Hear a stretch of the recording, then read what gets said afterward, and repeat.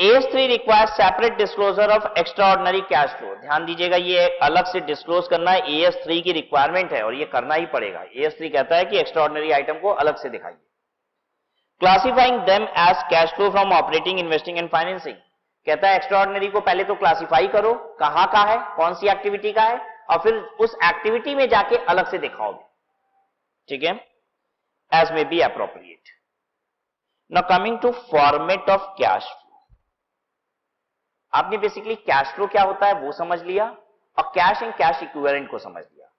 अब हम ये स्टेटमेंट कैसे प्रिपेयर करते हैं उसका फॉर्मेट देखने जा रहे हैं। दो फॉर्मेट देखेंगे हम, ठीक है, एक डायरेक्ट मेथड और दूसरा इनडायरेक्ट मेथड। डायरेक्ट मेथड में और इनडायरेक्ट मेथड में एक ही अंतर होगा, ऑपरेटिंग एक्टिविटीज के कैश फ्लो को निकालने का तरीका बदल जाएगा।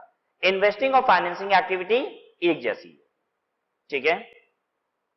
तो इन्वेस्टिंग और फाइनेंसिंग हम लोग एक बार पढ़ेंगे, लेकिन ऑपरेटिंग एक्टिविटी को दो बार पढ़ लेंगे, ठीक है, एक बार डायरेक्ट मेथड से और फिर इनडायरेक्ट मेथड से। ऑल्दो यहां पे फॉर्मेट दिया हुआ है, लेकिन हम चाहते हैं कि फॉर्मेट हम लोग लिखें। हम लोग बेसिकली आपस में डिस्कस करेंगे, एक्टिविटीज को याद करेंगे और खुद से लिखने की कोशिश करेंगे, ठीक है।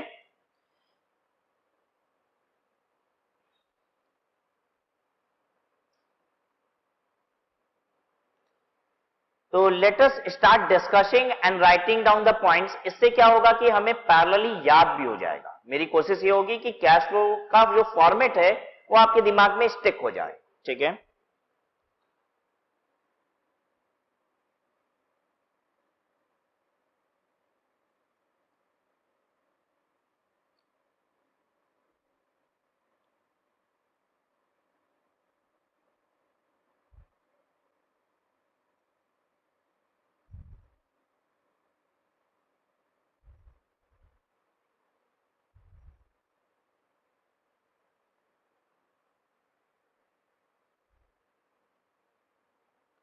Cash flow statement direct method. सबसे पहली हेडिंग इसके अंदर होगी cash flow from operating activities.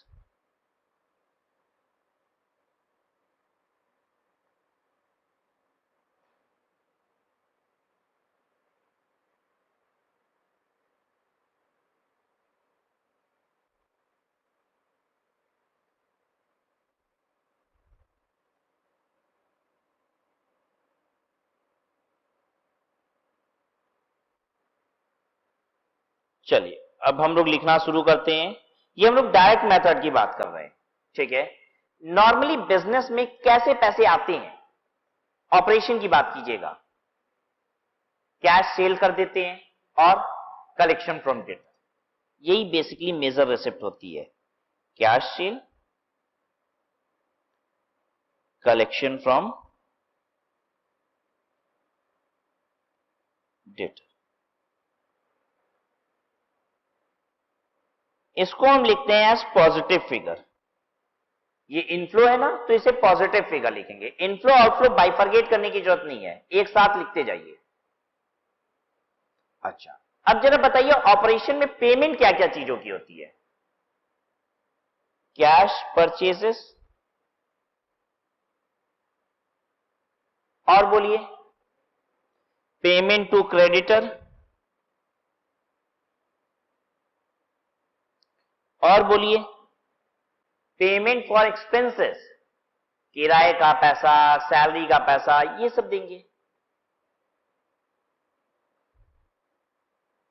Payment for expenses हो गया, बस इतना ही कुछ तो होता है। इन तीनों को रिप्रेजेंट कीजिए एज निगेटिव फिगर।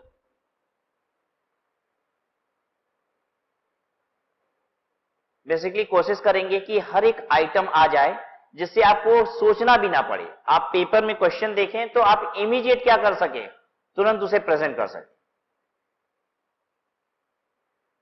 तो मेरे साथ साथ याद कीजिए ऑपरेटिंग एक्टिविटीज का कैश फ्लो क्या होता है, cash sale, collection from debtor, ठीक है, cash purchases, payment to creditor, payment for expenses, ठीक है।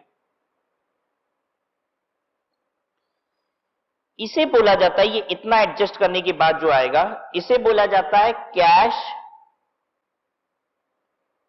generated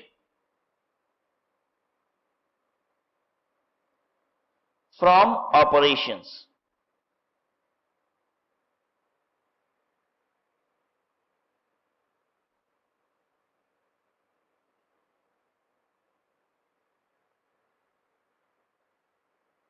ठीक है, हमने सब कुछ यहां पे लिया है, एक चीज बस छोड़ी है, and that is payment of income tax. ठीक है, क्या वो ऑपरेटिंग एक्टिविटी का कैश आउटफ्लो है? यस, वो ऑपरेटिंग एक्टिविटी का एक कैश फ्लो है। ठीक है, क्या वो एक्स्ट्राऑर्डिनरी आइटम है? नहीं, वो ऑर्डिनरी आइटम ही है। ठीक है, लेकिन पता है इनकम टैक्स जो होता है वो पोस्ट एक्टिविटी आइटम होता है। पता है वो एक्टिविटी पे डिपेंडेंट होता है इनकम टैक्स लगेगा कि नहीं। ठीक है, बेसिकली हम इन खर्चों को पता है क्या बोलते हैं? During activity, this is during operation. और पता है इनकम टैक्स को ड्यूरिंग ऑपरेशन वाला खर्चा नहीं बोला जाता है, पता है उसे क्या बोला जाता है? पोस्ट ऑपरेशन खर्चा है ऑपरेशन का, लेकिन पोस्ट ऑपरेशन जब सब कुछ खत्म हो जाता है ना, तब इनकम टैक्स की बात आती है।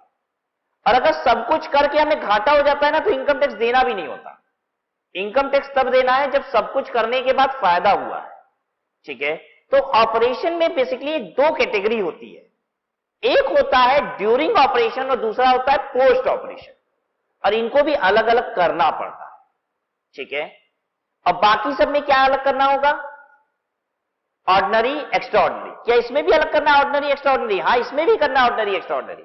लेकिन जब ऑर्डिनरी की बात करेंगे तो ऑर्डिनरी के अंदर भी दो चीजें, ड्यूरिंग ऑपरेशन और पोस्ट ऑपरेशन। ठीक है, तो पता है कैश जनरेटेड फ्रॉम ऑपरेशंस, इसका मतलब होता है ड्यूरिंग ऑपरेशन। ठीक है, अब इसमें से इनकम टैक्स और हटा लेते हैं, इनकम टैक्स पेड, ये लेस वाली फिगर है।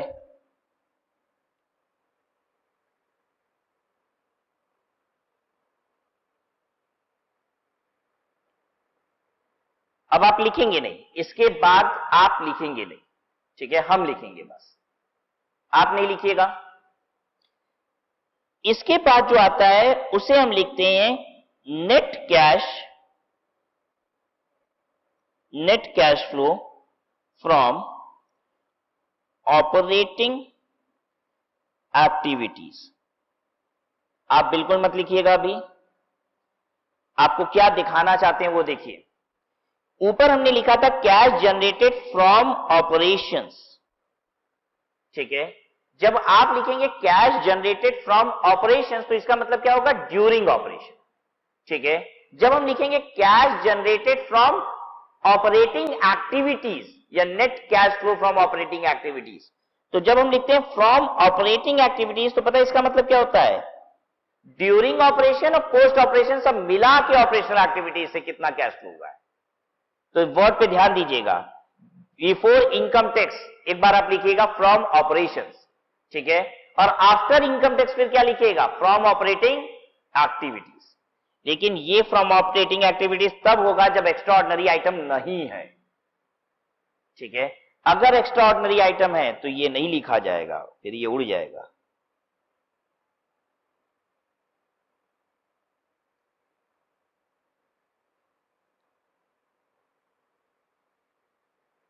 ठीक है, अगर एक्स्ट्रा ऑर्डिनरी आइटम है तो इसे हम क्या लिखेंगे? Cash flow before extraordinary item. नहीं होता एक्स्ट्रा ऑर्डिनरी आइटम तो यही था net cash flow from operating activity. ठीक है, अब एक्स्ट्रा ऑर्डिनरी कुछ आइटम लिख दीजिए इसमें, जैसे कि इंश्योरेंस क्लेम।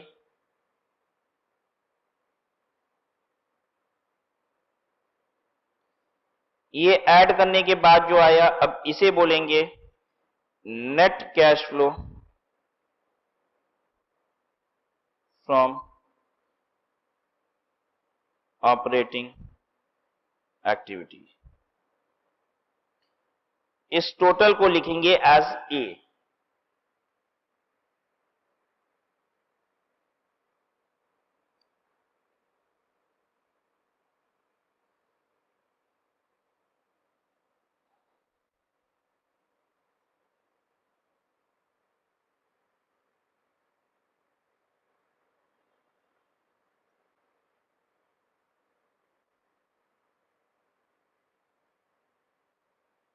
अगर एक्स्ट्रा ऑर्डिनरी आइटम नहीं होता तो ये जो टोटल दिख रही है, इसी टोटल को हम लोग क्या लिख देते, इस टोटल को ही हम लोग लिख देते net cash flow from operating activity.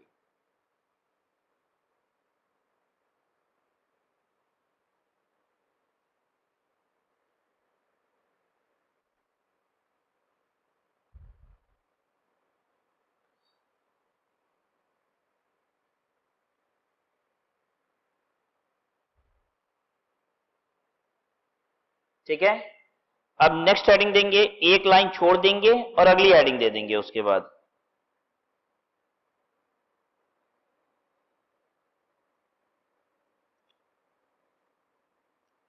Cash flow from investing activity.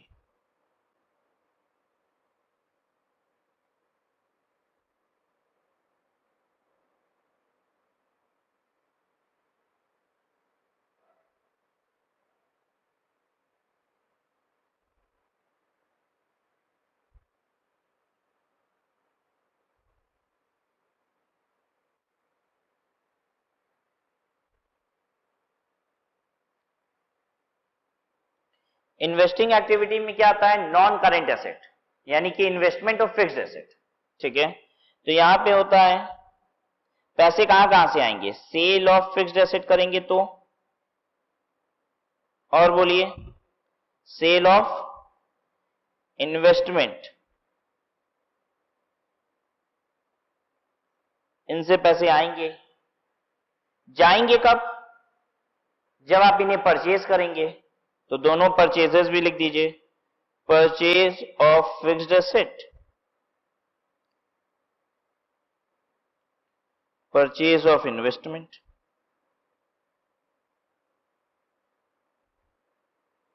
Although the format is given in your book, लेकिन फिर भी जब हम इसे साथ में लिख के डिस्कस करके लिखते हैं ना, तो ये हमारे दिमाग में बात बैठ जाती है।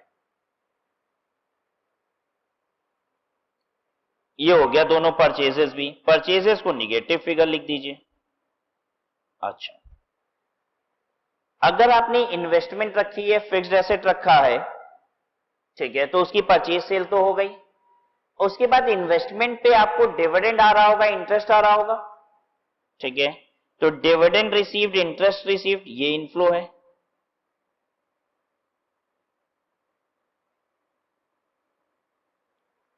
अच्छा, जल्दी बताइए, डिविडेंड और इंटरेस्ट जो यहां पे हम लोग इनफ्लो लिखते हैं, ये ग्रॉस फिगर लिखते हैं या नेट फिगर लिखते हैं? टीडीएस घटाने के बाद जितना नेट आया वो लिखते हैं या ग्रॉस फिगर लिखते हैं? Gross figure. और इसी का टीडीएस जो है वो क्या है, आउटफ्लो बन जाएगा इसी एक्टिविटी का। ठीक है, तो वो भी दिखाएं कि अब रहने दें वो सब।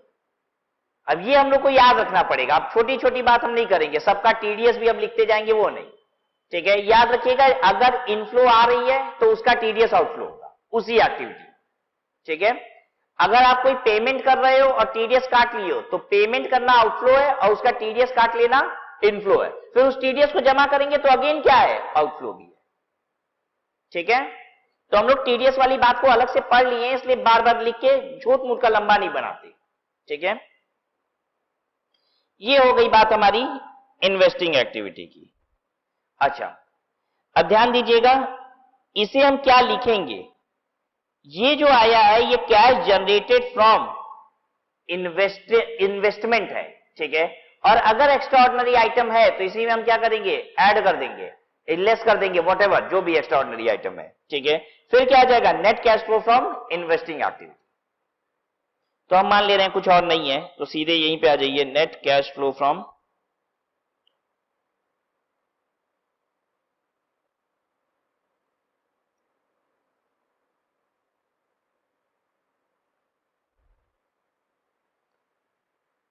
अदरवाइज हम लोग बिल्कुल वैसे ही करते जैसे ऊपर किए थे, हम लोग लिखते cash flow before extraordinary item और फिर उसमें एक्स्ट्राऑर्डिनरी आइटम की एडजस्टमेंट कर देते हैं।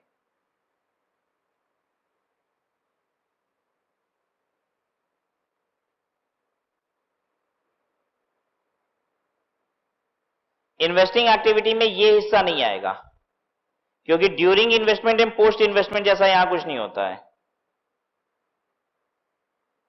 ठीक है, जैसे वहां ऑपरेशन में एक खर्चे को हम पोस्ट ऑपरेशनल कहते हैं, ऑपरेशनल ही नहीं कहते, पोस्ट ऑपरेशनल कहते हैं। वो क्या होता है? Income tax. Income tax is a post operational expense. It's an operational expense but this is not during operation, this is post operation and that need to be separately identified. AS3 कहता है उसे अलग से दिखाना पड़ेगा।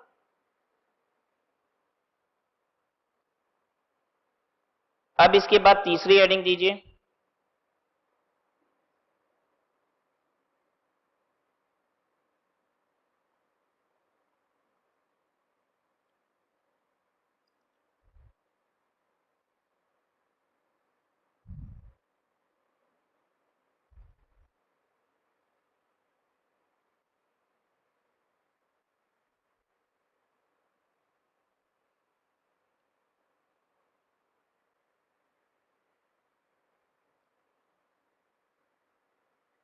चलिए आप बोलिए क्या क्या लिखें। इनफ्लो बताओ, बोलिए। Issue of equity share, oblique इसी में कर दे रहे हैं, 2 लाइन लिखने की बजाय, ऑब्लिक प्रेफरेंस शेयर।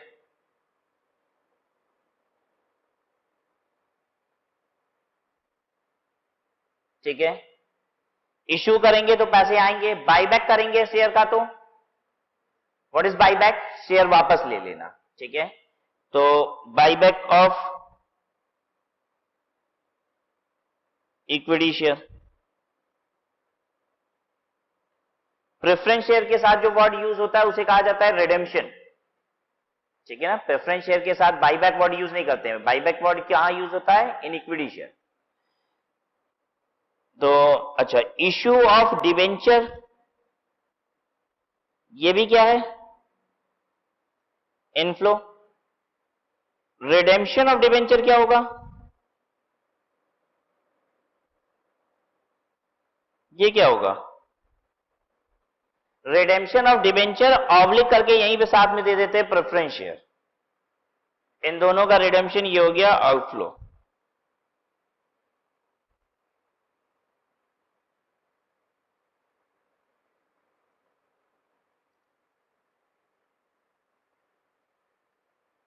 ठीक है,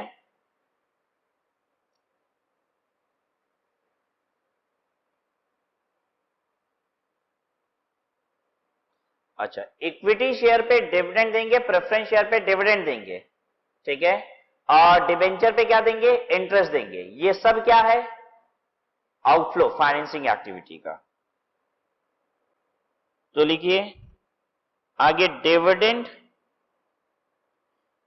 on equity share oblique preference share और इंटरेस्ट ऑन डिवेंचर।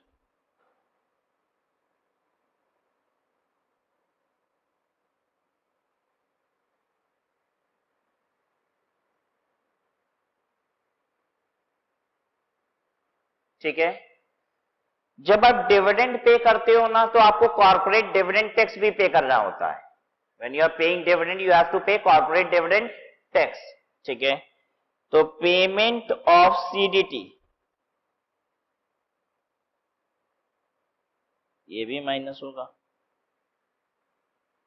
हाँ, अब हम ये नहीं बता रहे, जब आप डिवेंचर का इंटरेस्ट पे करेंगे ना तो TDS काट लेते हैं। TDS काट लेना क्या हो जाता है? इनफ्लो। ठीक है, तो interest on debenture gross figure यहां माइनस करते हैं और उसका TDS प्लस कर लेते हैं। ठीक है, और फिर जब TDS जमा करते हैं तो फिर माइनस कर देते हैं फाइनेंसिंग एक्टिविटी से। हम TDS वाली बात को नहीं लिखेंगे, वो झूठ मूठ का लंबा हो जाएगा बस। ठीक है, आप बैंक से OD लेते हैं, CC लेते हैं। जब लेते हैं तो क्या होगा? पैसे बढ़ेंगे आपके। तो यहां पे लिख लीजिए बैंक OD/CC टेकन।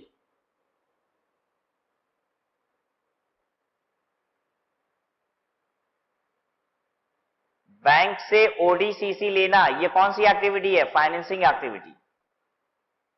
पता है हमने ये बात क्यों बताई आपको अलग से? क्योंकि बहुत सारे केसेस में आप बैंक के OD बैलेंस को निगेटिव बैंक बैलेंस भी बोलते हो ना। और जब बैलेंस शीट में उसकी प्रेजेंटेशन करते हो तो अगेन ऐसे ही प्रेजेंट भी कर लेते हो। बैंक ओडी या सीसी होता है तो आप बोलते हो this is negative bank balance, ठीक है। आप ओपनिंग बैलेंस अगर ओवरड्राफ्ट का होता है तो आप कहते हो कि अगर पॉजिटिव बैलेंस बैंक का होगा तो टू बैलेंस बीडी लिख लेंगे, अगर ओडी होगा तो बाई बैलेंस बीडी लिख लेंगे, ठीक है। But that is not to be treated as cash and cash equivalent over here, ठीक है। आपने अगर बैंक से पैसे लिए हैं तो that is not negative cash and cash equivalent. पता है वो क्या चीज है? फाइनेंसिंग एक्टिविटी है, ठीक है। सिर्फ एक ही चीज, बैंक का एक ही खाता कैश एंड कैश इक्विवेलेंट में जा रहा था। आपको याद दिला दे वो कौन सा खाता था? Demand deposit, that is current account. हालांकि डिमांड डिपॉजिट का मतलब करेंट अकाउंट और एसबी अकाउंट दोनों होता है, लेकिन हम एसबी अकाउंट पता है क्यों नहीं बोल रहे हैं? क्योंकि हम बिजनेस की बात कर रहे हैं और बिजनेस में एसबी अकाउंट नहीं होता। सेविंग बैंक अकाउंट किसका होता है? इंडिविजुअल्स का होता है, इसलिए नहीं बोल रहे। कोई आपसे कभी पूछ ले डिमांड डिपॉजिट का मतलब क्या होता है इन जनरल सेंस, तो आप दोनों बात बोलिएगा, एसबी अकाउंट भी और करेंट अकाउंट भी। लेकिन जहां तक रही कैश फ्लो स्टेटमेंट की बात, तो वहां पे डिमांड डिपॉजिट का मतलब सिर्फ क्या हो जाएगा? Current account. Reason being we are preparing it only for the business. OD और सीसी टेकन पॉजिटिव फिगर है, अगर रीपे करेंगे वो लिख लीजिए, bank OD oblique CC paid, ये होगी निगेटिव फिगर। इसकी टोटल कीजिए, ये है net cash flow from financing activity. Total को लिखिएगा सी,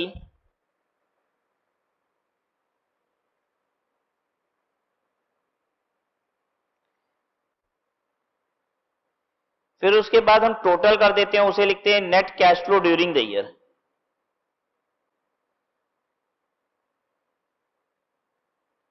A plus B plus C. ये पॉजिटिव फिगर भी हो सकती है, निगेटिव भी हो सकती है, depending upon A B C कैसे हैं, ठीक है। इसमें आप ऐड करते हैं opening cash in cash equivalent,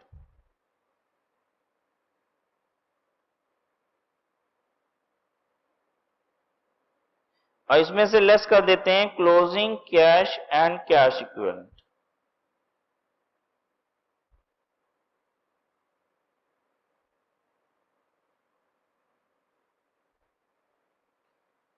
no no no, आप इसमें क्या कीजिए, ओपनिंग को ऐड कीजिए, you will get closing, that's all.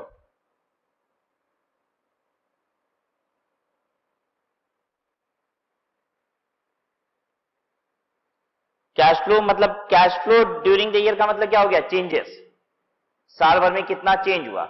Opening के साथ उसे ऐड कीजिए चेंज को, what you will get? Closing.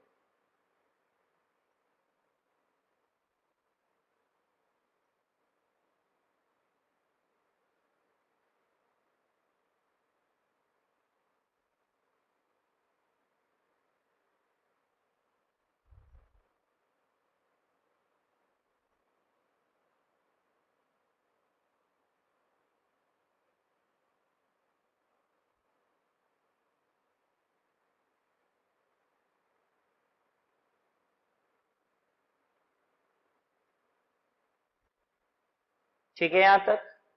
अब आइए आपको समझाएं कि इनडायरेक्ट मेथड में क्या चीज बदलेगा।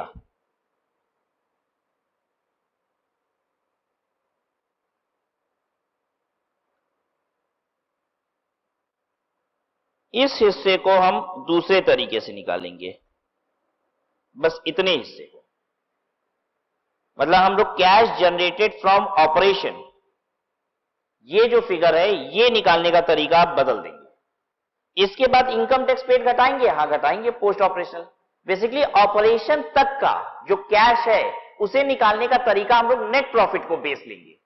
प्रॉफिट से जानने की कोशिश करेंगे कि नेट कैश फ्रॉम ऑपरेशन कितना आया, उसमें से टैक्सेस पेड घटाएंगे पोस्ट ऑपरेशन वाला, तो आ जाएगा cash flow before extraordinary item. फिर एक्स्ट्राऑर्डिनरी आइटम की एडजस्टमेंट करेंगे तो net cash flow from operating activity आ जाएगा। मतलब नीचे की कैलकुलेशन एज इट इज रहेगी, यहां से यहां तक की। हम लोग कोई इतनी फिगर को बदल रहा है, बेसिकली ये निकालने का तरीका चेंज होने वाला है, ठीक है। तो ऑपरेटिंग एक्टिविटी में भी पूरा ऑपरेटिंग एक्टिविटी नहीं बदलेगा, कैश फ्लो फ्रॉम ऑपरेशन बदलेगा। और इसके बाद दो चीजें बाकी रहती है, पोस्ट ऑपरेशन इनकम टैक्स और एक्स्ट्राऑर्डिनरी आइटम, ठीक है। चलिए अब हम लोग प्रॉफिट के जरिए जानने की कोशिश करेंगे कि मेरे पास कितना कैश अवेलेबल होगा। ठीक है, पता है मेरा प्रॉफिट कितना है, 1 लाख रुपया, और मेरी कोई एसेट एंड लायबिलिटीज नहीं बदली है, तो पता है इसका मतलब मेरे पास कैश कितना पड़ा होगा, 1 लाख रुपया बढ़ गया है। और 1 लाख रुपया कमाए हैं और कोई एसेट एंड लायबिलिटी चेंज परिवर्तित नहीं हुई है, तो नगद ही बढ़ा होगा, जितना कमाए उतना रखे हो कैश के फॉर्म में। ठीक है, अच्छा मेरा जो प्रॉफिट आया है 1 लाख रुपया, पता है वो 50,000 रुपए का डेप्रीशिएशन घटाने के बाद आया है। फिर से सुनिएगा, प्रॉफिट 1 लाख रुपया कैसे आया है, 50,000 रुपया पीएल में डेप्रीशिएशन भी घटाएगा। हम जानना चाहते हैं क्या उस 50,000 रुपए के डेप्रीशिएशन घटाने की वजह से 50,000 रुपया आपके पास से गया है, नहीं। पता है आपके पास कितना पैसा बढ़ गया है, 1.5 लाख रुपया। 1 लाख रुपया जो कमाए हो वो भी है नगद के रूप में, अब 50,000 जो पीएल में चार्ज कर दियो जिसकी वजह से पैसा गया थोड़ी ना है। ठीक है, तो आपके पास कितना होगा, 1.5 लाख। सबको आ रही बात समझ में। अब अगर आपका डेटर 75,000 रुपए से बढ़ गया तो अब कितना कैश है, 75,000 रुपए, क्योंकि 75,000 रुपए का आपने डेटर बढ़ा दिया 1.5 लाख में से। ठीक है, तो यही सीखना है कि प्रॉफिट से कैसे एडजस्टमेंट किया जाए और हम लोग कैश फ्रॉम ऑपरेशन तक पहुंच जाएं।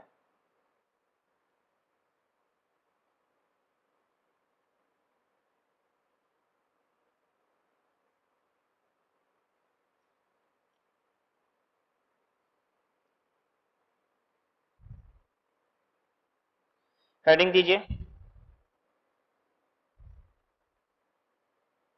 Cash flow statement indirect method. लेकिन आपको बता दें हम पूरा नहीं बनाएंगे, क्योंकि फिर तो कॉपी करना होगा ना, इन्वेस्टिंग फाइनेंसिंग, वो नहीं बनाएंगे। बस आपको पहली एक्टिविटी बना के दिखा देंगे।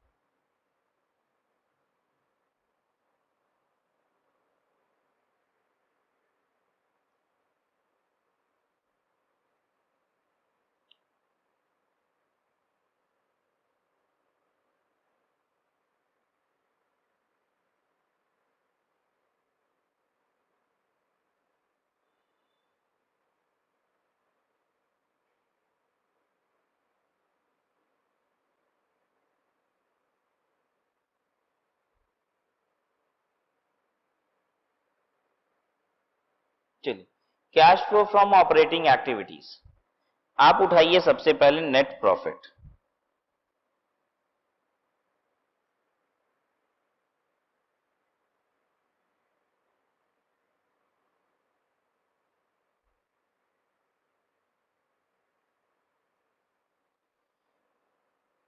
नेट प्रॉफिट ये उठा लिया, इसमें आपको प्लस ऑब्लिक माइनस कुछ एडजस्टमेंट करनी होगी।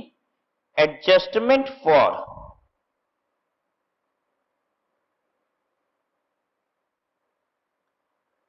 Non cash and non operating item. आइए आपको समझाते हैं ये इसका क्या मतलब है।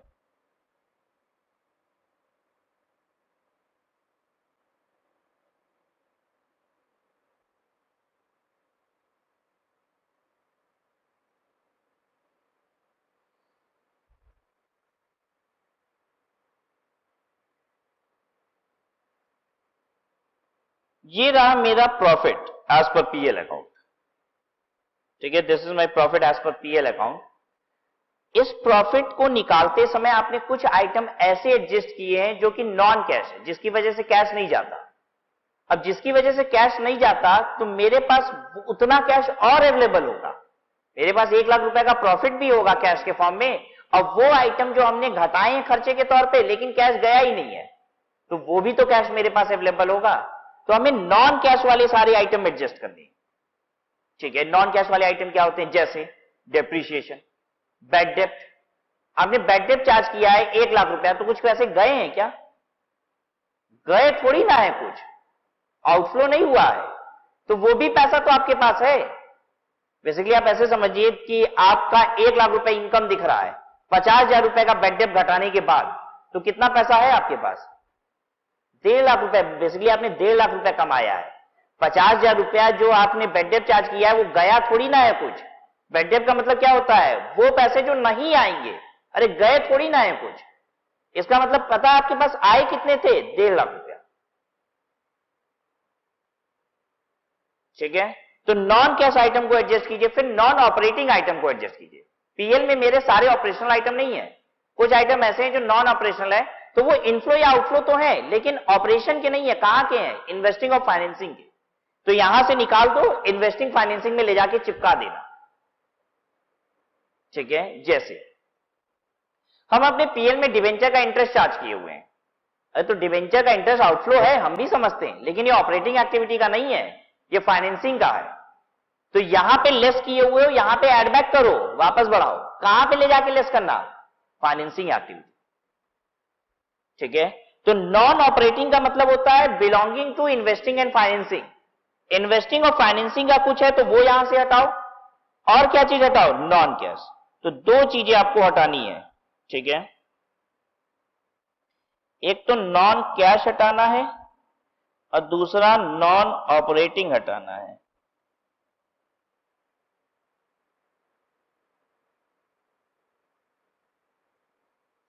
बात समझ में आ रही है सबको? चलिए हमें हटवाना शुरू करिए। सबसे पहले आप हमको हटवाएंगे नॉन कैश। नॉन कैश हटवाइए, बोलिए। डेप्रीशिएशन,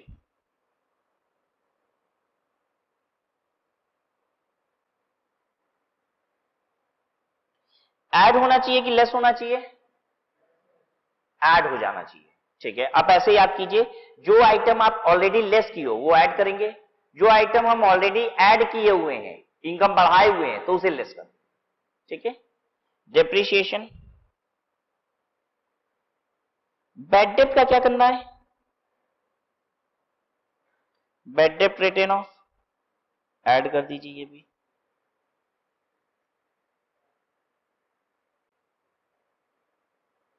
और बोलिए, और बताइए नॉन कैश आइटम। आपको हमने बताया था fluctuation gain oblique losses, foreign exchange fluctuation हुआ है। ठीक है, आपके पास 10,000 यूएस डॉलर था, 49 रुपीज का रेट था जिस दिन आए थे डॉलर, तो आपने 4,90,000 का दिखाया। बैलेंस शीट डेट पे उसका डॉलर की वैल्यू कितनी हो गई? 50 हो गई, तो वो 5 लाख रुपए हो गया, तो 10,000 रुपए का आपको गेन हो गया।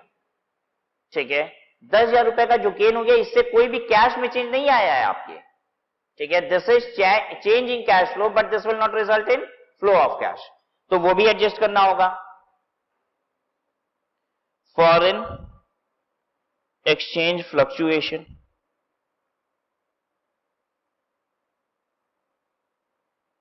अगर हम ये फॉर्मेट याद कर लेना तो हमें तो दिमाग लगाने की आवश्यकता ही नहीं पड़ेगी। सारे के सारे आइटम आ गए, यहीं कहीं ना कहीं फॉल करेंगे और उठा के चिपका देना है। अच्छा, फॉरेन एक्सचेंज फ्लक्चुएशन गेन भी हो सकता है, लॉस भी हो सकता है। ठीक है, गेन होगा तो क्या करेंगे, लॉस होगा तो क्या करेंगे? गेन होगा तो माइनस करिएगा, लॉस होगा तो प्लस कीजिएगा। लॉस होगा तो आप घटाए होगे ना, इसलिए प्लस कीजिएगा। तो क्या करें हम, कैसे लिखें कि आपको याद रहेगा?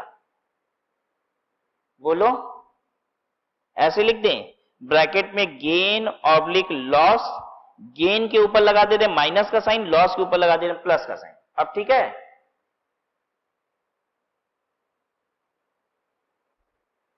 अच्छा डेप्रीशिएशन बैड डेप्ट क्या किए थे, ये तो हम लिखवाए नहीं है, ये प्लस है, ये प्लस है। बेसिकली ऊपर वाले तो पॉजिटिव फिगर है ना, तो वो तो प्लस डिनोट ही करते हैं।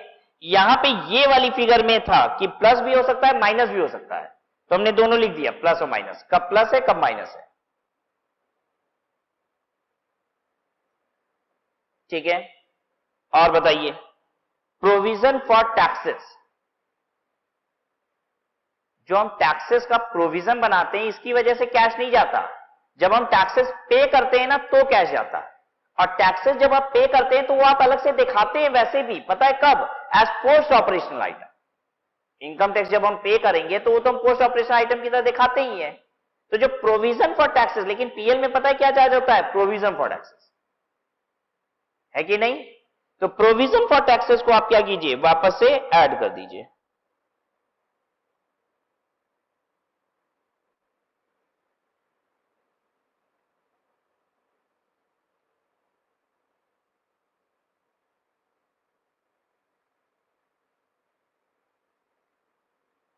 ये कौन से आइटम हो गए? Non cash.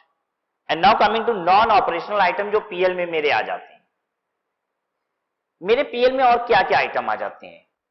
Gain oblique loss on sale of investment, investment बेचते हैं उसका profit and loss, fixed asset बेचते हैं उसका प्रॉफिट एंड लॉस। ये सब कौन सा आइटम है? Investing activity. ठीक है, हम इंटरेस्ट पे करते हैं, इंटरेस्ट रिसीव करते हैं। इंटरेस्ट पे करते हैं, पता है कौन सी एक्टिविटी है? फाइनेंसिंग। इंटरेस्ट रिसीव करते हैं, कौन सी एक्टिविटी है? इन्वेस्टिंग। ये भी तो पड़ा होता है पीएल में, इनको भी हटाना पड़ेगा। तो हटाइए वो सब आइटम जो नॉन ऑपरेटिंग है। Profit oblique loss on sale of fixed asset, profit oblique loss on sale of investment,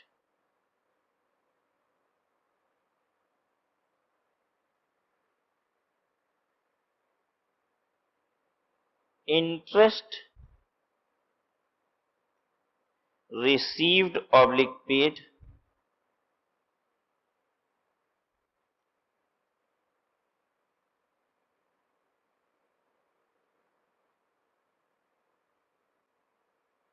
profit होगा सेल ऑफ फिक्स्ड एसेट पे तो माइनस कीजिएगा, और लॉस होगा तो प्लस कीजिएगा। इन्वेस्टमेंट पे प्रॉफिट होगा माइनस, लॉस होगा प्लस। इंटरेस्ट रिसीव हुआ होगा तो माइनस, और पे हुआ होगा तो प्लस। और अकॉर्डिंगली इन सबको यहां से हटाने के बाद दूसरी एक्टिविटी में ले भी जाइएगा।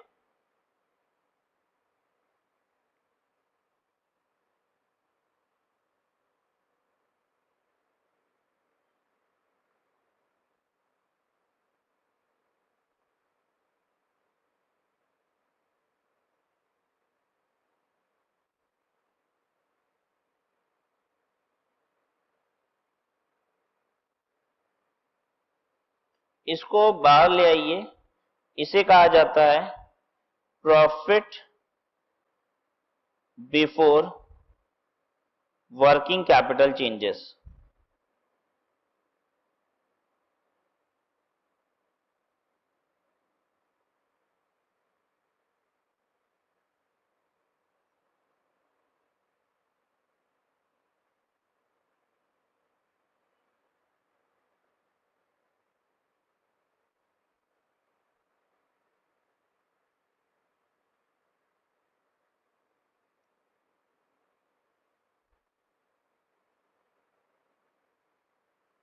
ठीक है, अब देखिए, हमने इससे बेसिकली हमें पता चल गया कि कितना पैसा हमने कमाया।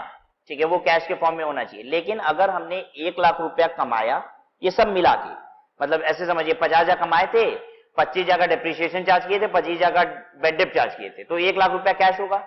लेकिन अगर डेटर में 75,000 रुपया बढ़ गया है तो कैश कितना होगा? 25,000। ठीक है, तो अब वर्किंग कैपिटल के चेंजेस को क्या कीजिए? एडजस्ट कीजिए। ठीक है, जब मेरी करंट एसेट बढ़ जाती है ना तो पैसा यूज हो जाता है मेरा। ठीक है, अगर करंट एसेट नहीं बढ़ी है तो इसका मतलब क्या है? कैश मेरे पास इंटैक्ट पड़ा हुआ है। तो वर्किंग कैपिटल के चेंजेस को एडजस्ट कीजिए। कैसे बढ़ेगा पैसा आपका? अगर करंट लायबिलिटी बढ़ती है ना तो पैसा बढ़ जाता है। अगर क्रेडिटर 2 लाख रुपए बढ़ गए तो इसका क्या मतलब हुआ? आप क्रेडिटर को 2 लाख रुपया कम दिए हो। क्रेडिटर 2 लाख रुपए बढ़ क्यों गए? क्योंकि 2 लाख रुपया कम दिए हैं। 2 लाख रुपए कम दिए, इसका मतलब 2 लाख रुपए कहां है? नगद के फॉर्म में। तो increase in current liability is to be added, increase in current liability.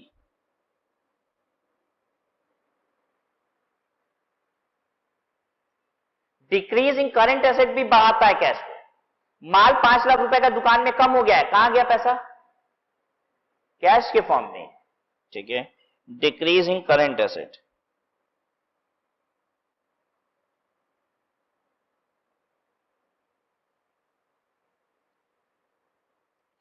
और क्या एडजस्ट करेंगे? उल्टा कर दीजिए, डिक्रीज इन सीएल माइनस होगा और इंक्रीज इन सीए क्या होगा? माइनस होगा।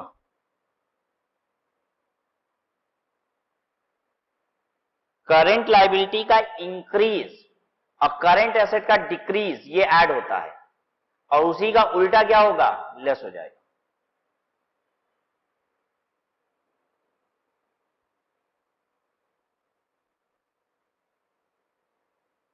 इसको कहा जाता है cash generated from operation.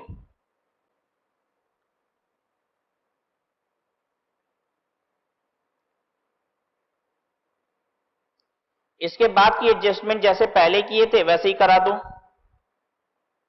Cash generated from operation के बाद हम इसमें से लेस कराए थे, याद है? Income tax paid. लेस करने के बाद क्या लिखवाए थे? Cash flow before extraordinary item.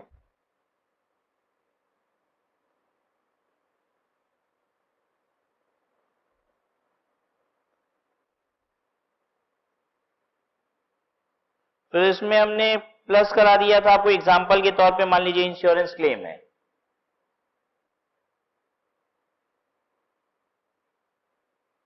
तो ये इसको हम बोल रहे थे net cash flow from operating activity.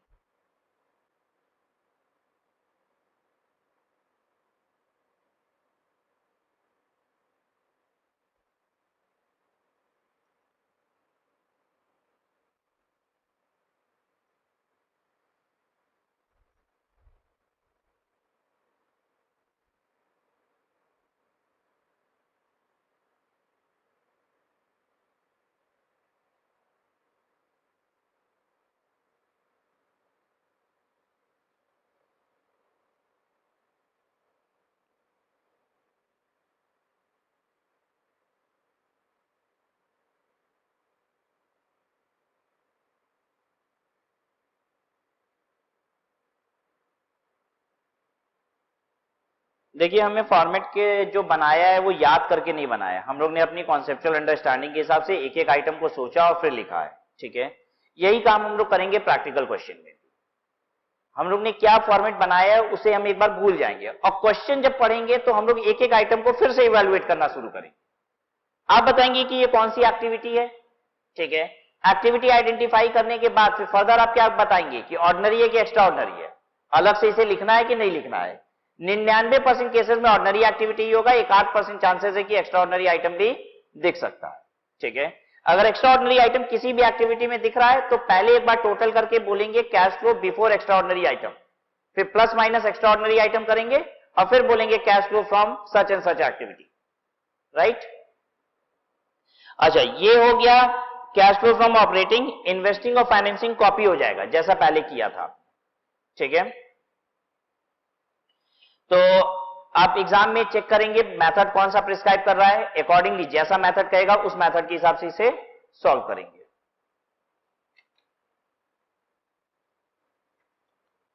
तो should we come to the question now?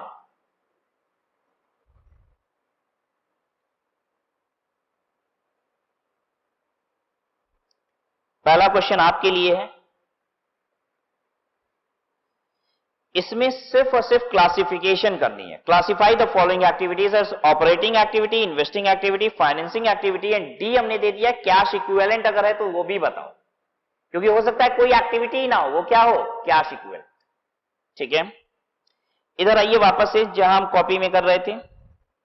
जब हम यहां सीए और सीएल लिख रहे हैं, ठीक है, तो am I talking of cash and bank balances?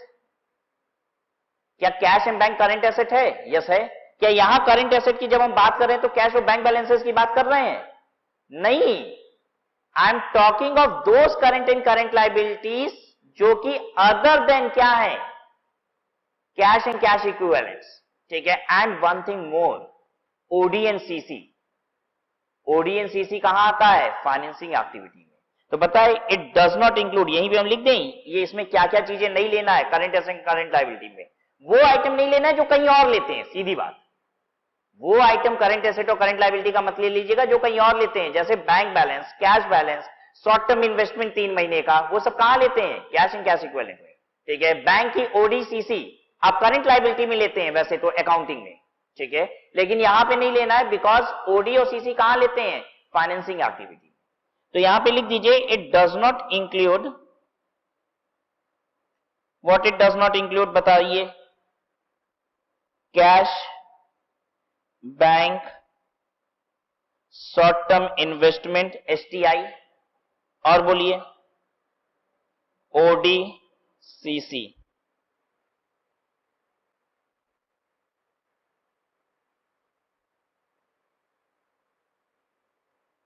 ओडीसीसी क्यों नहीं? Because it is financing activity. Cash, bank और एसटीआई क्यों नहीं? Because it is cash equivalent, cash and cash equivalent.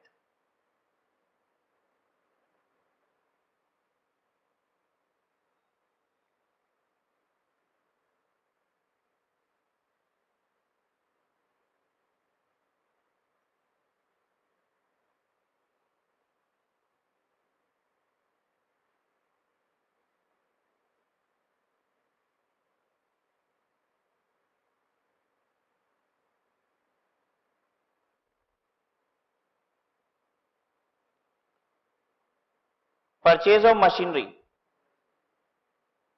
Purchase of machinery क्या है? बोलिए, सबको बोलना है। इन्वेस्टिंग एक्टिविटी, बोलने की आदत डालिए, बिना डरे बोलिए। Proceed from insurance of equity share capital,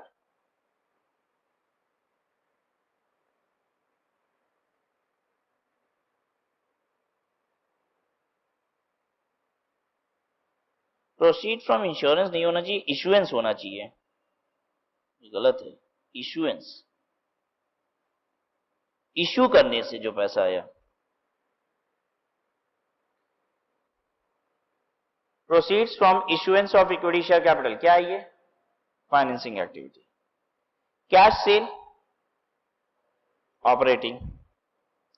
proceed from long term borrowing, financing. एकदम नहीं डरना है, आराम से बोलना है। Proceed from trade receivable, operating. Cash receive from trade receivable, operating. Trading commission received, operating. Purchase of investment, investing. Redemption of preference share, financing. Cash purchases, proceed from sale of investment, investment बेच के पैसे आए हैं, investing. Purchase of goodwill, goodwill क्या है? Asset, ठीक है। Purchase of asset क्या होता है? Investing activity. Cash paid to supplier, operating. Interim dividend paid, dividend paid है on equity share, financing. Wages salary paid, operating. Proceed from sale of patent, patent क्या है? एसेट है, ठीक है, इसको बेच के पैसे आएंगे, investing. Interest received on debenture held as investment, investing. Interest paid on long term borrowing, financing. Office and administrative expenses paid, operating. Manufacturing overhead paid, overhead आप समझते हैं इनडायरेक्ट खर्चे, मैन्युफैक्चरिंग से रिलेटेड इनडायरेक्ट खर्चों की पेमेंट हुई है, operating. Dividend received on share held as investment, investing. Rent received on property held as investment, rent received on property held as investment. You have a property, ठीक है, which is your investment, और उस पे आपको rent आ रहा है, किराए पे दे दिया है, क्या आएगी? इन्वेस्टिंग इनकम में। Selling and distribution expenses paid, operating. Income tax paid, हाँ पोस्ट ऑपरेटिंग, लेकिन है कौन सी एक्टिविटी? ऑपरेटिंग, ठीक है। पोस्ट ऑपरेटिंग होते हुए भी है तो ऑपरेटिंग। फिर dividend paid on preference share, financing. Underwriting commission paid, financing. Underwriting commission क्यों पे होता है? Because of raising of share capital, ठीक है। Rent paid, operating. Brokerage paid on purchase of investment, investing. Investment खरीदते समय brokerage दियो ना, इसलिए investing. Bank OD, cash and cash equivalent, बोलिए, financing.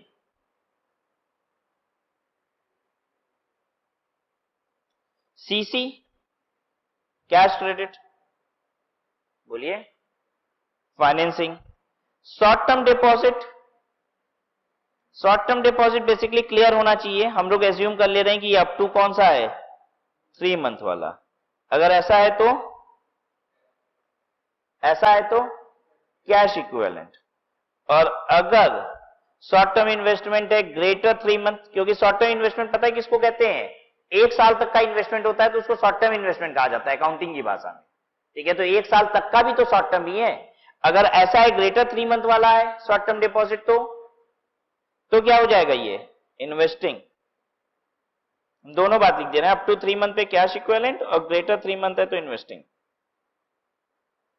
Marketable securities, marketable security किसे कहा जाता है? हाईली लिक्विड इन्वेस्टमेंट्स को कहा जाता है जिसका आपको इमीडिएट कैश आ सकता है and that too known amount, उसे कहा जाता है मार्केटेबल सिक्योरिटी। ये क्या होते हैं?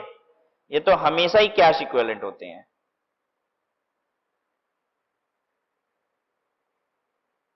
Highly liquid plus non amount of cash, दोनों फीचर होता है इसमें। Refund of income tax received,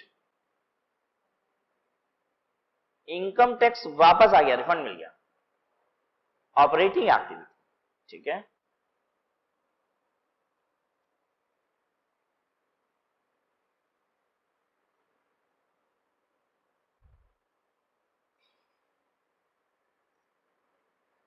question 2 देखिए। X Limited purchased debenture of rupees 10 lakh of Y Limited. X Limited has purchased debenture of Y Limited of rupees 10 lakh which are redeemable within 3 months, and these debentures are going to be redeemed within 3 months. How will you show this item as per AS3 while preparing cash flow statement for the year ended 31st March 2017? Cash flow statement बनाते समय इसे आप कैसे present करेंगे, बता सकते हैं? You are going to present it as cash and cash equivalent, right?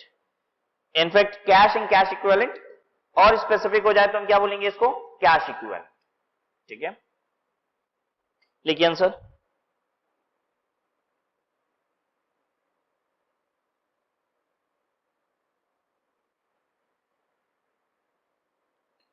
According to AS3 cash flow statement,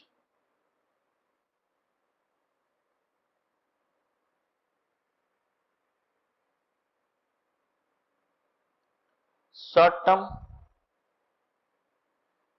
investment having maturity period up to 3 months. According to AS3 cash flow statement, short term investment having maturity period up to 3 months. Short term investment having maturity period up to 3 months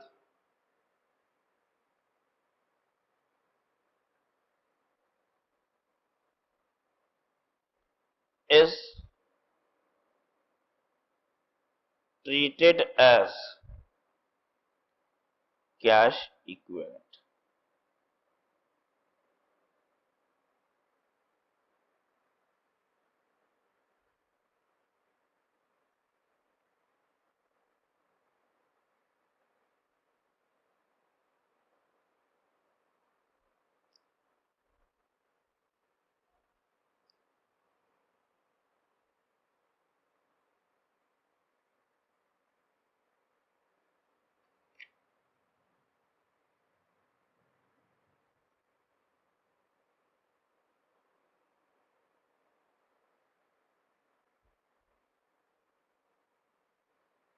now look at question number 3. Classify the following activities as per AS3 cash flow statement. Classification करनी है. Interest paid by financial enterprise कौन सी activity है? Activities classify करनी है. कौन सी activity है? Operating activities. फाइनेंशियल एंटरप्राइज ने इंटरेस्ट पे किया है. अच्छा, फाइनेंशियल एंटरप्राइज ने डिविडेंड पे किया है, ये कौन सी एक्टिविटी है? फाइनेंसिंग. डिविडेंड कोई भी पे करेगा, फाइनेंसिंग एक्टिविटी. इंटरेस्ट अगर फाइनेंशियल एंटरप्राइज पे करेगी तो ऑपरेटिंग एक्टिविटी. बाकी नॉन फाइनेंशियल एंटरप्राइज अगर इंटरेस्ट पे करेगी तो फाइनेंसिंग. लेकिन डिविडेंड तो सभी के लिए क्या है? Dividend paid, financing activity. Tax deducted at source on interest received from subsidiary company. तो टीडीएस मत सोचो, आप ये सोचो कि इंटरेस्ट रिसीव फ्रॉम सब्सिडरी ये कौन सी एक्टिविटी है. जो एक्टिविटी होगी इंटरेस्ट रिसीव, वही उसका टीडीएस होगा, वही एक्टिविटी. ठीक है. इंटरेस्ट रिसीव फ्रॉम सब्सिडी ये कौन सी एक्टिविटी है? इन्वेस्टिंग एक्टिविटी है. इंटरेस्ट रिसीव फ्रॉम सब्सिडी जो है वो इन्वेस्टिंग एक्टिविटी का इनफ्लो है, और जो उस पर टीडीएस कटा है वो इन्वेस्टिंग एक्टिविटी का आउटफ्लो है. Deposit with bank for a term of 2 years. 2 साल के लिए बैंक में जमा कर दियो पैसा, क्या है? इन्वेस्टिंग. ये टर्म डिपॉजिट है. Insurance claim receive towards loss of machinery by fire. Loss of machinery by fire, इसका इंश्योरेंस क्लेम मिला है. इन्वेस्टिंग एक्टिविटी का एक्स्ट्राऑर्डिनरी आइटम. ठीक है, तो हम ऐसे लिख दें, extra ordinary item under investing activity.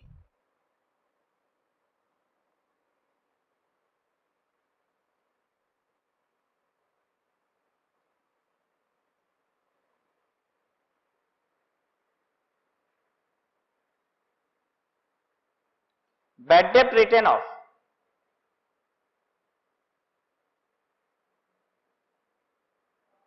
Non cash item है ये. कहां bad debt return of consider करते हैं आप? हाँ, जब इनडायरेक्ट मेथड यूज करते हैं ना तो हम एनपी में एडजस्टमेंट शुरू कर देते हैं, अब आप इसे कंसीडर कर लेते हैं. Otherwise bad debt inflow outflow कुछ नहीं है. क्या जब आप डायरेक्ट मेथड से कैश फ्लो बना रहे थे ऑपरेटिंग एक्टिविटी का, तो क्या आपने बैड डेट कंसीडर किया था? नहीं. इनफ्लो क्या होती थी? कैश सेल और कलेक्शन फ्रॉम डेटर, और खर्चे क्या होते थे? Payment to creditor, payment for expenses, cash purchase, that's all. Bad debt ना तो इनफ्लो है ना आउटफ्लो है. बैड डेट होने से पैसे जाते हैं क्या? नहीं, जो आने थे वो नहीं आते, ये होता है. जो आने थे वो नहीं आते हैं. अब नॉन कैश आइटम लिख दीजिए और बता भी दीजिए, this is non cash item adjusted from net profit to arrive at cash flow from operating activity under indirect method.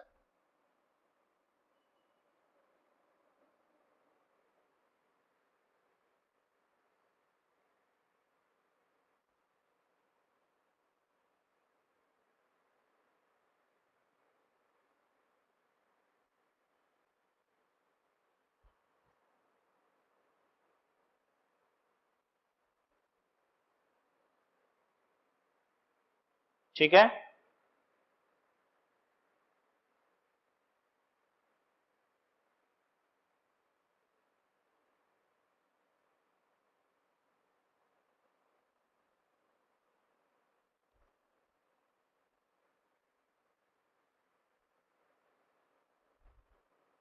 Question number 4 देखिए.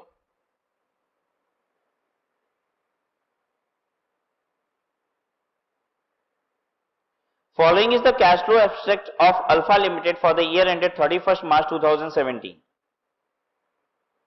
ये कैश फ्लो एब्स्ट्रैक्ट है, मतलब बेसिकली कैश अकाउंट है, समझ लीजिए. कैश एंड बैंक अकाउंट का merged account बनाया हुआ है.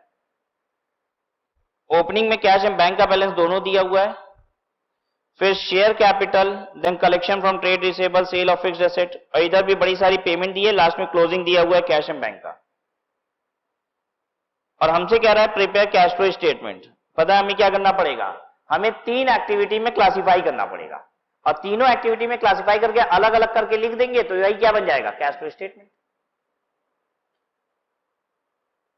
तो prepare cash flow statement for the year ended 31 March 2017 in accordance with AS3।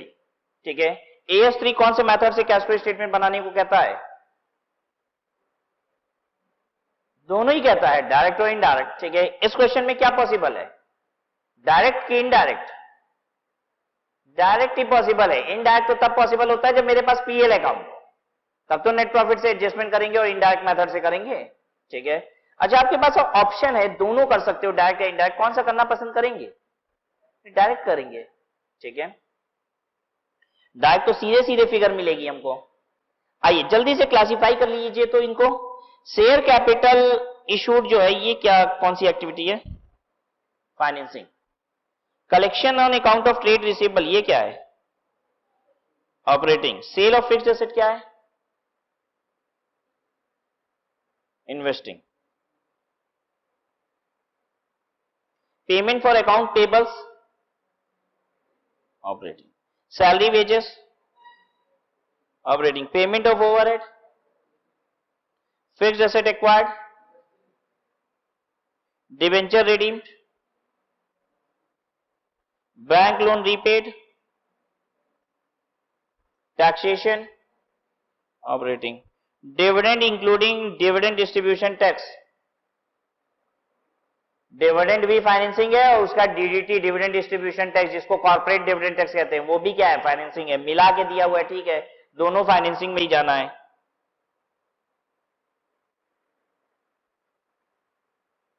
ठीक है, प्रेजेंट कर दीजिए अभी स्टेटमेंट फॉर्म में इसको।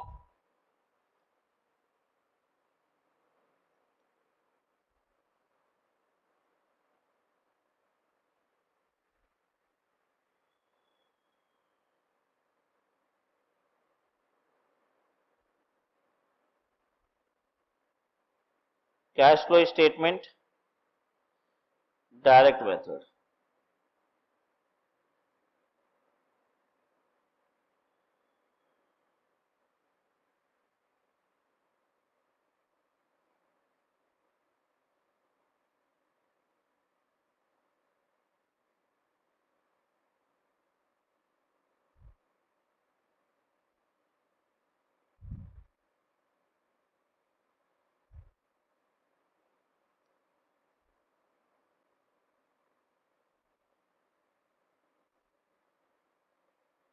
Collection on account of trade receivable,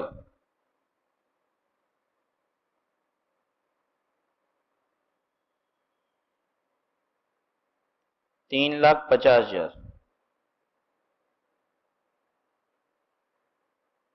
payment for account payable,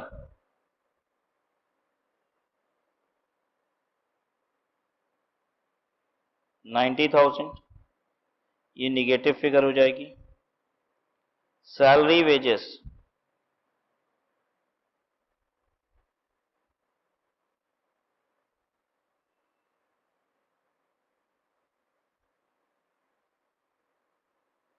payment of overhead,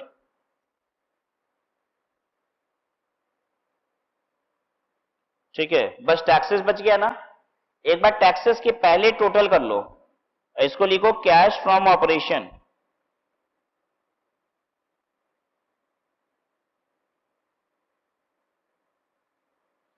इसमें से फिर लेस कीजिएगा इनकम टैक्स पेड,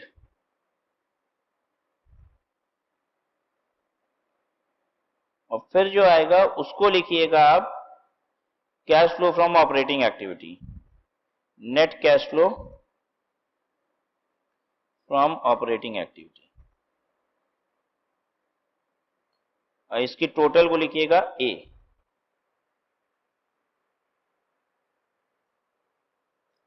ये बिफोर इनकम टैक्स टोटल कितनी आ रही है,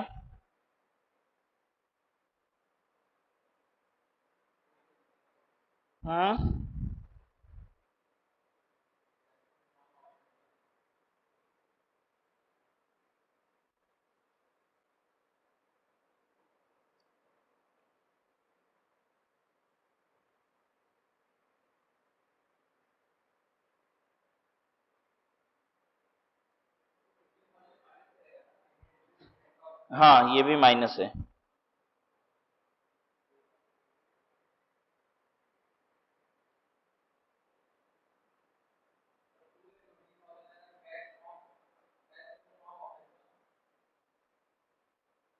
$2,20,000, 55,000 घटाने के बाद 165।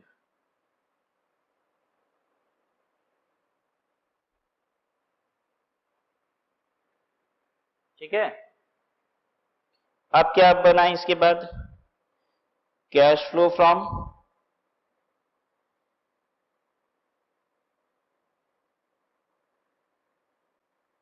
Investing activity.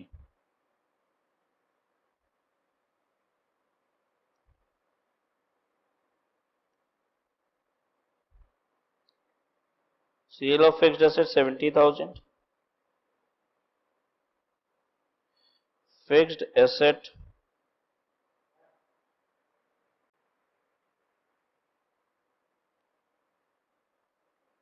एक्वायर्ड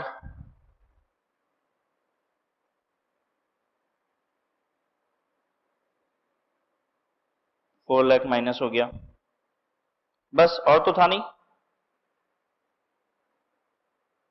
तो ये कितना हो गया? 3,30,000 negative.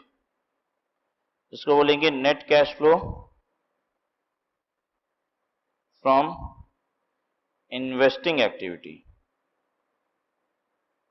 This is B.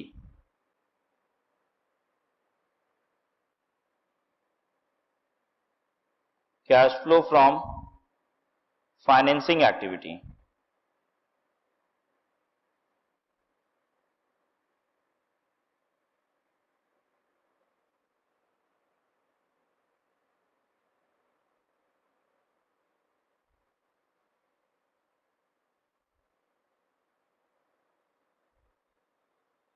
Share capital issued 5 lakh,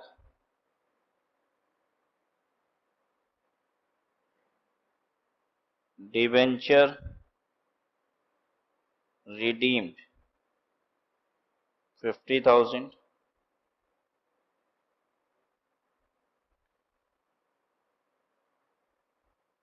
bank loan repaid 2,50,000,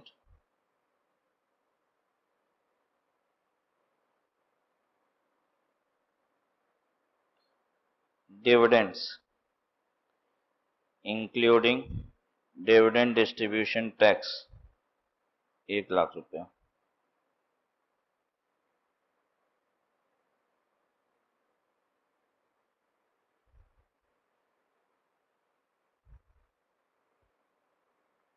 total कितनी आ रही है? 1 lakh.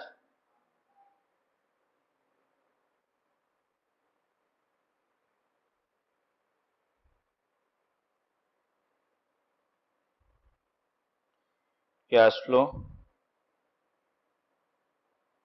During the year A plus B plus C. A plus B plus C बताइए। Negative 65,000, 65,000 negative. इसमें ऐड कीजिए opening cash and cash equivalent. Opening cash and cash equivalent का मतलब cash और बैंक की जोड़ लगा दीजिए। ठीक है, और बाकी कोई कैश इक्विवेलेंट तो बोल ही नहीं रहा है। तो कैश और बैंक की टोटल ओपनिंग टोटल कितनी है? 70,000 और 10,000 मिला के 80,000। तो ये कितना आना चाहिए? 15,000। अब चेक कर लीजिए क्लोजिंग कितना आया कि नहीं, यही तरीका है आंसर चेक करने का। आ गया।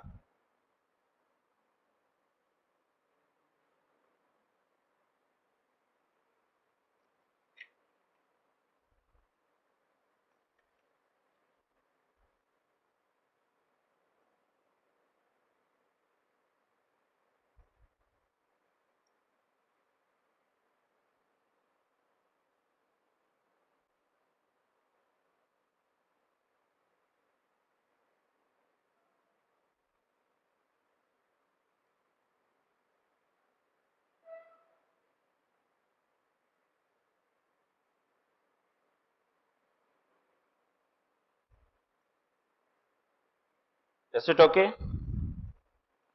Now next question. Question number 5.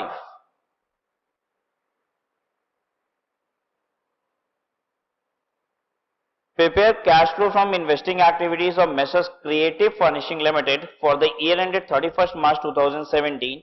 What we have to calculate is only cash flow from investing activity. तो अगर आपको इन्वेस्टिंग के अलावा कोई ऑपरेटिंग फाइनेंसिंग दिखे तो इग्नोर कर दीजिएगा, ठीक है, बस इन्वेस्टिंग एक्टिविटीज का ही कैश फ्लो बनाना है यहां पे। Plant acquired by issue of 8% debentures, plant acquired by way of issue of 8% debenture, 8% debenture raise करके प्लांट खरीदे हो, इन्वेस्टिंग एक्टिविटी है? बिल्कुल नहीं है, कैश का ही फ्लो नहीं है इसमें। तो डिबेंचर रेज हुआ, प्लांट आया, ठीक है, कैश का फ्लो कहां हुआ?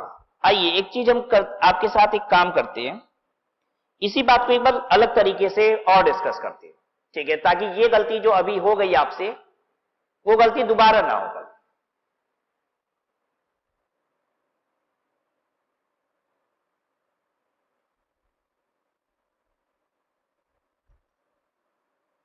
हम बैलेंस शीट को जब टी फॉर्म में बनाते हैं ना तो ये ज्यादा अच्छे से समझ में आती है, ठीक है, रेदर देन वर्टिकल फॉर्म। तो एक बार हम वर्टिकल फॉर्मेट की वजह टी से बैलेंस शीट बनाते हैं। यहां पे क्या होता है? Equity share capital, preference share capital, reserve and surplus, long term डेप्ट, और फिर इधर होता है नीचे करंट लायबिलिटी, ठीक है। इधर क्या होता है बैलेंस शीट में? फिक्स्ड एसेट, उसके नीचे इन्वेस्टमेंट, और इधर होता है करंट एसेट। ऐसी होती है balance sheet.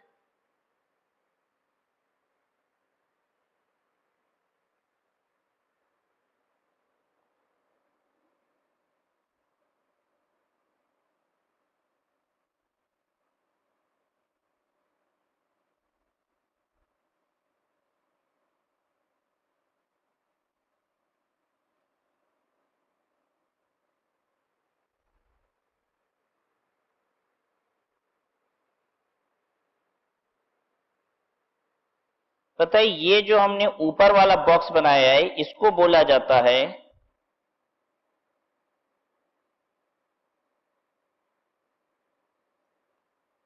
Non current account.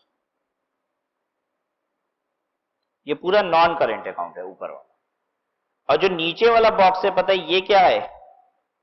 Current account.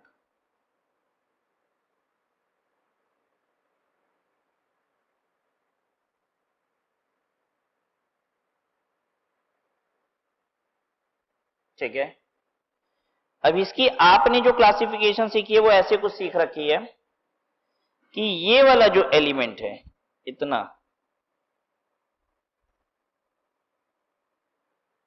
ये कौन सी एक्टिविटी है? हाँ, दिस इज फाइनेंसिंग एक्टिविटी। ये कौन सी एक्टिविटी है?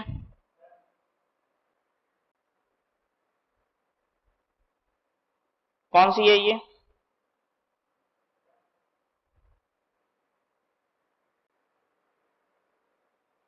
क्या है? Investing activity. और ये क्या है नीचे वाला?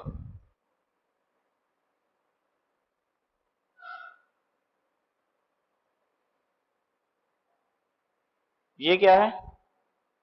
Operating activity.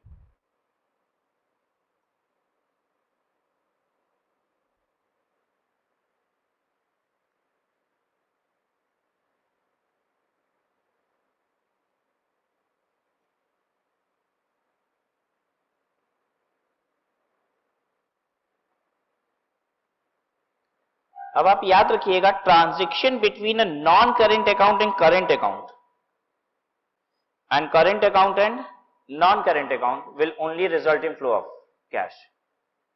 ट्रांजैक्शन हमेशा किसके बीच होना चाहिए?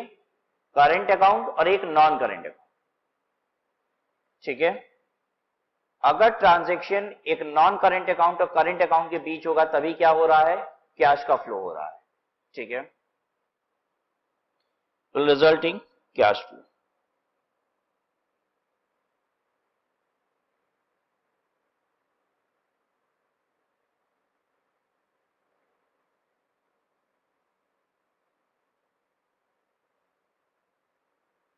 ठीक है,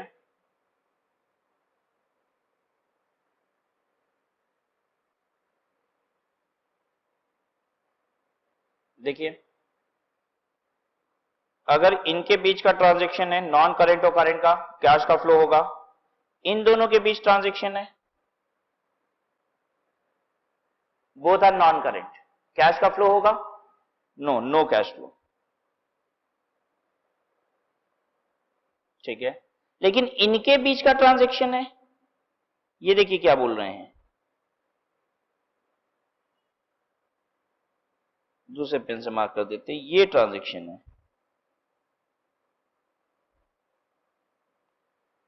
current asset current liability, cash flow होगा? यस होगा कैश फ्लो। डेटर से पैसे आना, ठीक है, क्रेडिटर को पैसे देना, ये कैश फ्लो है ऑपरेटिंग एक्टिविटी का। इनके बीच में कैश फ्लो है, इनके बीच में कैश फ्लो नहीं है। ऊपर नीचे कैश फ्लो, बोलिए ऊपर और नीचे कैश फ्लो है, ऐसे याद रखिए। बैलेंस शीट का ऊपर वाला कैश फ्लो नहीं, नीचे वाला कैश फ्लो है, ऊपर से नीचे कैश फ्लो है, ऊपर से नीचे कैश फ्लो है, नीचे वाला कैश फ्लो है, लेकिन ऊपर वाला कैश फ्लो नहीं है। अब और गलती नहीं होगी, ठीक है, पिक्चर दिमाग में बैठाइएगा कि ये कौन सा वाला ट्रांजैक्शन हो रहा है। हमारे एग्जाम क्वेश्चन में अभी जो एग्जाम था वो पॉइंट था plant acquired bye issue of 8% debenture, तो बताइए कौन सा ट्रांजैक्शन था? यहां डिवेंचर और यहां से प्लांट, ये ऊपर वाला ट्रांजैक्शन।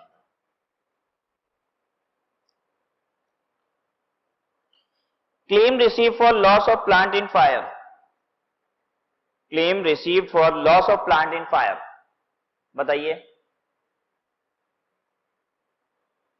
इन्वेस्टिंग एक्टिविटी है, ठीक, गुड। लेकिन इन्वेस्टिंग एक्टिविटी में ये कौन सा आइटम है? एक्स्ट्राऑर्डिनरी वाला, ठीक है, तो ध्यान रखिएगा ये एक्स्ट्राऑर्डिनरी अलग से दिखाइएगा। Unsecured loan given to subsidiaries, ठीक है, इन्वेस्टिंग है। Interest on loan receive from subsidiary, investing है। Pre acquisition dividend received on investment made, आपको इन्वेस्टमेंट करने पे डिविडेंड मिला है, इन्वेस्टमेंट की और डिविडेंड मिला है, कौन सी इनकम है? इन्वेस्टिंग इनकम है, ठीक है। प्री एक्विजिशन डिविडेंड क्या होता है, आइए बता देते हैं।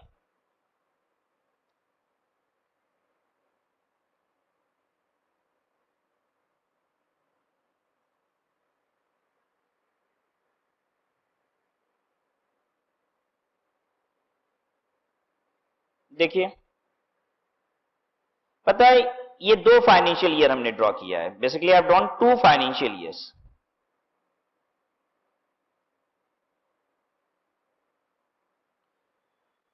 I have drawn these 2 financial years, ठीक है। What you have done is कि आपने यहां पे इन्वेस्टमेंट परचेज की,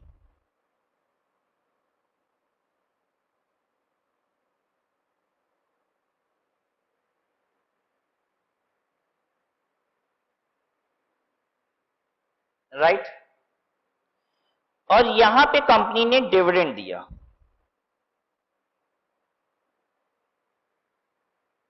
तो कंपनी जब यहां पे डिविडेंड देती है तो पता है क्या देखती है, इस दिन जितने के पास शेयर होते हैं उस दिन के होल्डर को डिविडेंड मिल जाता है, ठीक है।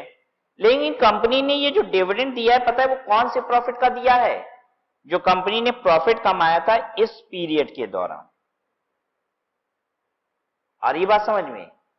सिंस उस समय तो हमने इन्वेस्टमेंट परचेज भी नहीं किया था, लेकिन फिर भी हमें डिविडेंड मिल जाएगा, क्यों? क्योंकि हमने तो इन्वेस्टमेंट यहां खरीद लिया है, तो जिस दिन कंपनी डिविडेंड दे रही है उस दिन मेरे पास तो इन्वेस्टमेंट है, तो हमें तो डिविडेंड मिलेगा।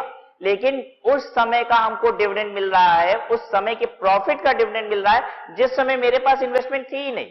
तो पता है हम ऐसे डिविडेंड को क्या बोलते हैं? प्री एक्विजिशन डिविडेंड, मेरे एक्विजिशन से पहले का डिविडेंड हमको मिल गया, ठीक है। What is post acquisition dividend? अगर मान लो ये इन्वेस्टमेंट यहां पे ना होके यहां पे होती तो डिविडेंड तो इस पीरियड का था, एक्विजिशन के बाद के प्रॉफिट का डिविडेंड है, ठीक है। तो अब इस डिविडेंड को हम क्या बोलते हैं जो यहां मिलता हमको? Post acquisition dividend. आ रही है बात समझ में? बेसिकली यहां जो डिविडेंड मिल रहा है आप समझ लीजिए इस ईयर के प्रॉफिट का मिल रहा है। इस ईयर का प्रॉफिट कहां पे निकाला जाता है? यहां पे, ये रहा 31 मार्च। इस 31 मार्च के प्रॉफिट का ये बंटवारा हो रहा है, यही तो है, उस प्रॉफिट का ये बंटवारा है। तो अगर उस प्रॉफिट को उस प्रॉफिट के पहले का आपका शेयर है तो आपका डिविडेंड क्या होगा? पोस्ट एक्विजिशन, एक्विजिशन के बाद का डिविडेंड। और अगर आपकी खरीदारी शेयर की बाद की है, उस प्रॉफिट के बाद की है, तो डिविडेंड आपके लिए कौन सा हो गया? Pre acquisition. आप कहेंगे एक्विजिशन के पहले के प्रॉफिट का डिविडेंड। आप कहीं लिखना चाहे तो हिंदी में लिख सकते हैं। What is pre acquisition dividend? Pre acquisition dividend का मतलब होता है कि डिविडेंड उस प्रॉफिट का है जो आपके शेयर खरीदने से पहले आया था।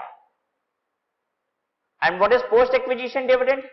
डिविडेंड उस प्रॉफिट का है जो आपके शेयर एक्विजिशन के बाद हुआ था, ठीक है। ये प्री या पोस्ट किसके टर्म से बोलते हैं? उस प्रॉफिट के टर्म से जिसका डिविडेंड है,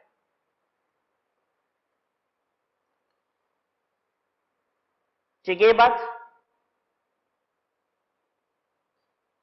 तो चलिए अभी इस पे फोकस मत कीजिए क्योंकि हमें तो अभी प्री या पोस्ट से मतलब है नहीं, हमें तो ये मतलब है कि ये कौन सी एक्टिविटी है।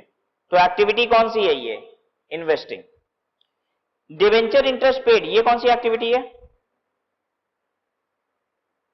डिवेंचर इंटरेस्ट पेड फाइनेंसिंग है, तो ये लिख मत दीजिएगा, ये छोड़ दीजिएगा। ये ऊपर वाला तो कैश फ्लो ही नहीं है, तो ये भी हटा दीजिएगा। Term loan repaid, financing, term loan लिए थे वो रीपे कर रहे हो, financing. Interest received on investment, investing, ठीक है। नीचे ब्रैकेट में लिखता है TDS of 8200 was deducted on the above interest. ऊपर वाले इंटरेस्ट में 82 रुपए का टीडीएस कटा हुआ है, ये इंटरेस्ट रिसीव्ड है ऊपर वाला, यानी ये जो इंटरेस्ट है ऊपर कौन सा दिया हुआ है? नेट इंटरेस्ट, ये रिसीव्ड वाला है, टीडीएस काट के मिला है इतना। तो इनफ्लो पता है टीडीएस काटने के बाद जो मिलता है उसको नहीं बोलते हैं, ग्रॉस अमाउंट को रिसिप्ट बोलते हैं, इनफ्लो बोलते हैं। तो बताइए इनफ्लो कितने रुपए का होगा? 68,000 में 8200 जोड़ दीजिए, 68 में 8200 जोड़ दीजिए, कितना होगा? 76,200। ये हो जाएगा इनफ्लो इन्वेस्टिंग एक्टिविटी का। और टीडीएस 8200 का क्या बन जाएगा? आउटफ्लो इन्वेस्टिंग एक्टिविटी का, ठीक है ना। Book value of plant sold, book value of plant sold 84,000 book value का प्लांट आपने बेचा है जिसमें आपको 9600 का लॉस हो गया है। बेसिकली पैसे कितने आए हैं? बुक वैल्यू से जितना कम में बेचते हैं ना उसी को लॉस बोलते हैं। तो कितना का बेचे होंगे? घटा लीजिए 84,000 माइनस 9600, 74,400। तो book value of plant sold ये जो होगा इन्वेस्टिंग एक्टिविटी का इनफ्लो है, लेकिन 74,400 रहेगा।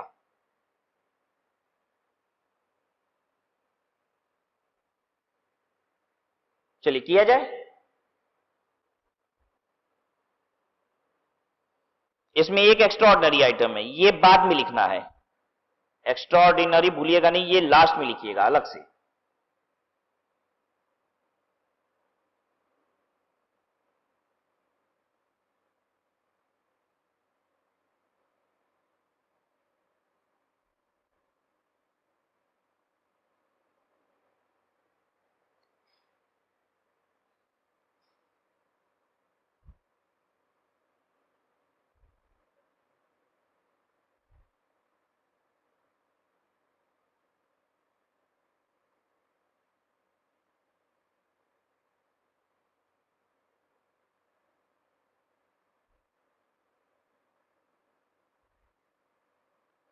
Unsecured loan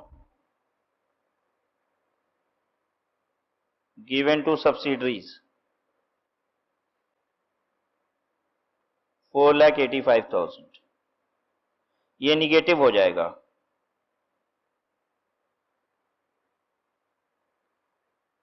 interest on loan from subsidiary 82,500 positive figure. Dividend on investment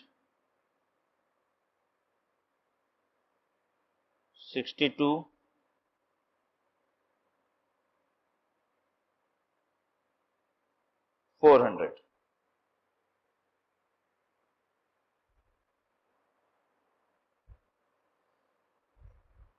और क्या है? Interest on investment.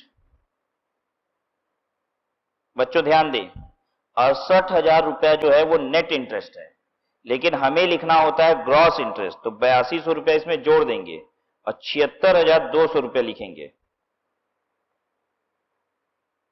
ठीक है ना? और जितना टीडीएस था वो अलग से लिखेंगे. फिर TDS deducted on interest on investment 8200 अब लेस कर दीजिए. अल्टीमेटली इफेक्ट उतना ही आएगा. 68,000 नेट इनफ्लो है, लेकिन नेट इनफ्लो नहीं लिखेंगे, सब अलग अलग लिखेंगे इनफ्लो एंड आउटफ्लोस. फिर प्लांट सोल्ड कितने रुपए का सेल किए हैं? 74,400. ये कैसे निकाले? 84,000 रुपीज में से वी हैव डिडक्टेड 9,600.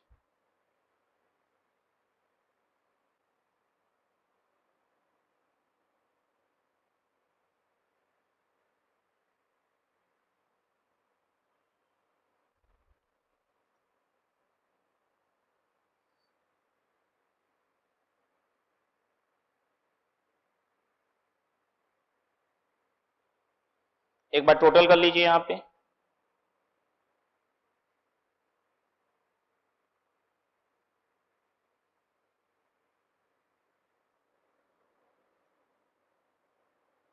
इसे लिखेंगे cash flow before extraordinary item.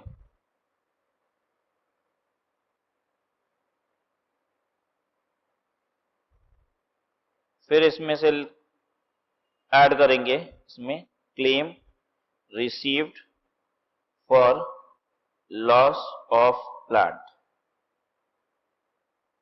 तो ये कहलाएगा net cash flow from investing activity. Before extraordinary item कितना है?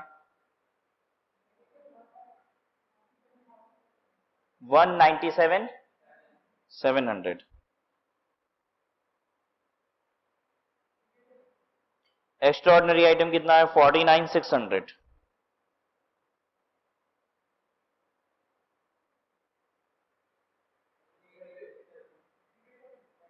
हाँ, दिस इज नेगेटिव फिगर.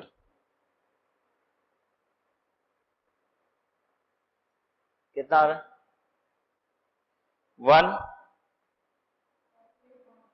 148,100.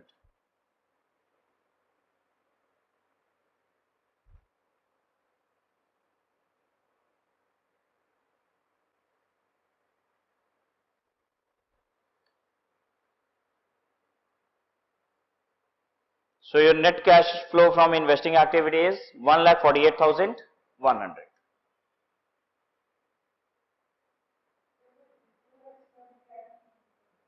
क्या? बिफोर एक्स्ट्राऑर्डिनरी क्या करें?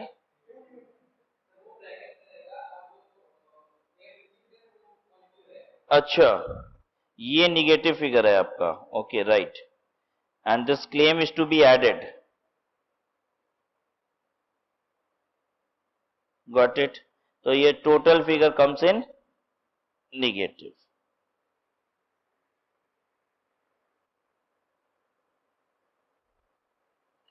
तो your net cash flow from investing activities negative 1,48,100.